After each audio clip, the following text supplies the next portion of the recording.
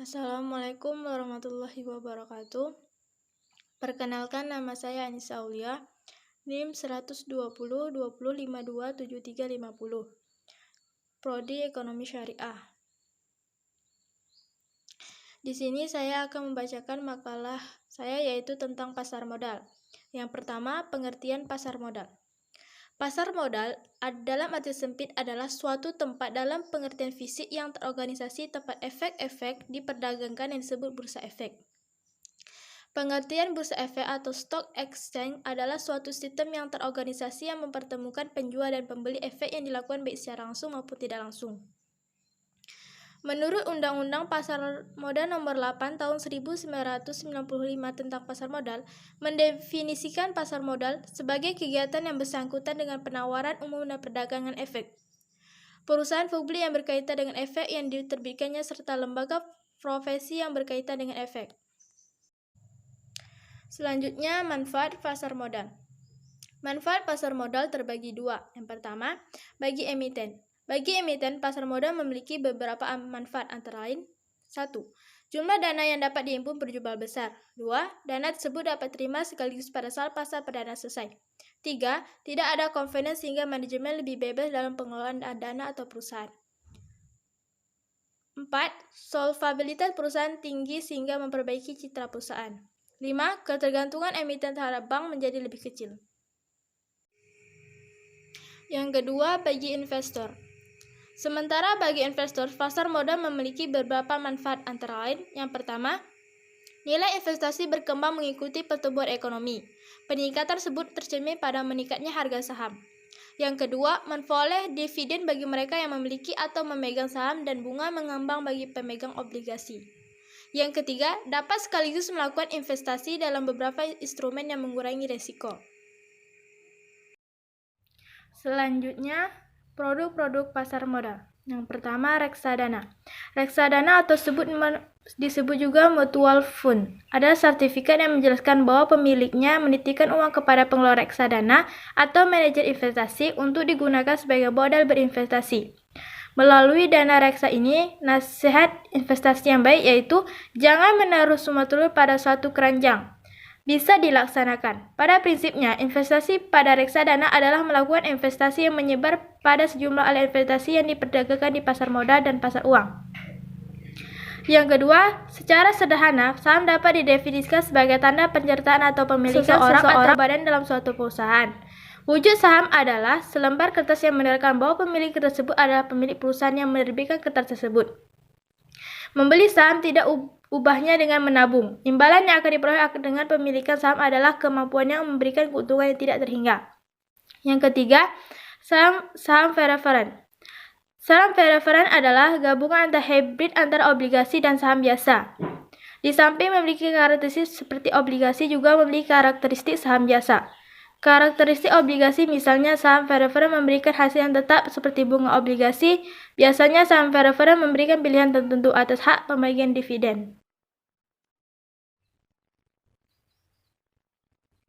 Yang selanjutnya, fungsi pasar modal. Yang pertama, sebagai sarana penambah modal bagi usaha, yaitu perusahaan dapat memperoleh dana dengan cara menjual saham ke pasar modal. Saham-saham ini akan dibeli oleh masyarakat umum, perusahaan-perusahaan lain, lembaga atau oleh pemerintah. Yang kedua, sebagai sarana pemerataan pendapatan. Setelah jangka waktu tertentu, saham-saham yang telah dibeli akan memberikan dividen, yaitu bagi dari keuntungan perusahaan, kepada para pembelinya atau pemiliknya. Oleh karena itu, penjual saham melalui pasar modal dapat dianggap sebagai sarana pemerataan pendapatan. Yang ketiga, sebagai sarana peningkatan kapasitas produksi, yaitu dengan adanya tambahan modal yang diperoleh dari pasar modal, maka produktivitas perusahaan akan meningkat. Yang keempat, sebagai sarana penciptaan tenaga kerja, yaitu keberadaan pasar modal dapat mendorong muncul perkembangan industri lain yang berdampak pada terciptanya lapangan kerja baru. Yang kelima, sebagai sarana peningkatan pendapatan negara, yaitu setiap dividen yang diberikan kepada para pemegang saham akan dikenakan pajak oleh pemerintah. Adanya tambahan pemasukan melalui pajak ini akan meningkatkan pendapatan negara. Yang keenam, sebagai indikator perekonomian negara, yaitu aktivitas dan volume penjualan atau pembelian di pasar modal semakin meningkat, maka pemberi indikasi bahwa aktivitas bisnis dari berbagai perusahaan berjalan dengan baik. Begitu pula sebaliknya.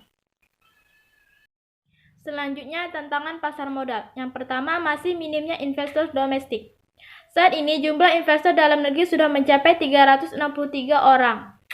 Namun, rasionya dibandingkan jumlah penduduk Indonesia mencapai 240 juta orang. Masih sangat kecil. Investor domestik dapat menjaga anjloknya pasar modal saat adanya penarikan modal secara besar-besaran dari investor asing. Yang kedua, jumlah emiten dari Bursa Efek Indonesia yang memiliki kinerja bagus masih relatif sedikit. Saat ini, jumlah emiten yang terdaftar di pasar modal Indonesia mencapai 462 perusahaan. Angka ini memang besar, tetapi tidak setara dengan instrumen investasi yang ada. Untuk itu, pasar modal Indonesia masih memerlukan banyak emiten berkualitas. Tidak hanya sekedar menjadi perusahaan terbuka dan mendapatkan modal dari publik. Produk investasi pasar modal masih terbatas.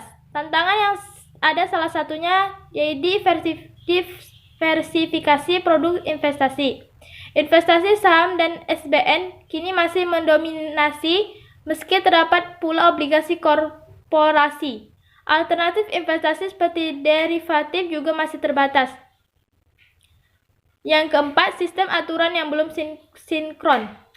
Keberadaan pasar modal tidak lepas dari industri jasa keuangan. Kedepan dengan hadirnya OJK, BEI memerlukan sinkronasi aturan karena industri pasar modal akan bersinggungan dengan industri perbankan dan jasa keuangan non-bank lainnya. Masih banyak jebakan emiten gorengan. Kenaikan saham menjadi pendorong naiknya IHSG. Tetapi, yang patut diperhatikan adalah masih ditemui banyak saham berstatus gorengan.